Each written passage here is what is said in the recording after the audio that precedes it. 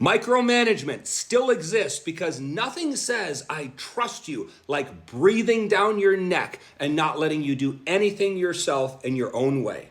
So everything has to be done the way that you want it to be done. And when it's not, because people aren't an exact replica of you, the way that you try to fix this is to stand on their backs until they can't stand it anymore and your A players quit and the rest of your team feels strangled.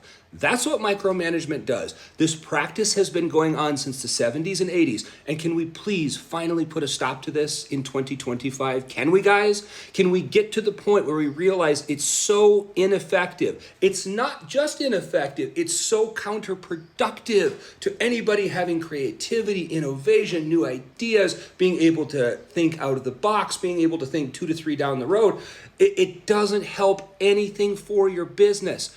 Leaders, owners, if you have people that are micromanaging other people, it is because they are insecure, they don't have enough of their own work, and they are focused on others because of it. Because I will tell you, as somebody that's super busy and has been really busy since I had hair and it was black, that if you're really concentrating on your own stuff, you don't have time to be down other people's necks. You don't have time to chase them around and make sure that they do everything exactly like you do. It comes from insecurity and poorly trained management.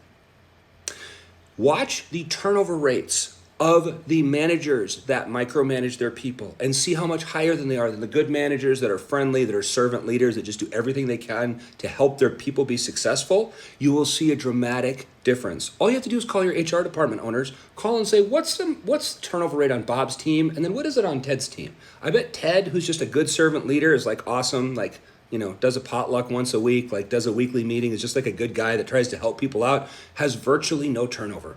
And I bet Bob, who's down everybody's throat and everybody hates, but he at one point got really good numbers or had some really big title at some previous company, I bet his turnover is catastrophic. And I bet it's costing you millions of dollars a year and you don't even understand it. I bet you anything, as somebody that's been doing this for 23 years, it never works, it's ineffective, and it causes people to leave. You guys know what the number one reason that people leave jobs in America is?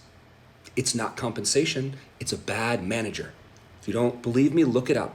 Bad managers cause people to lose jobs, and you're losing your good people because you are not managing your micromanagers out the door.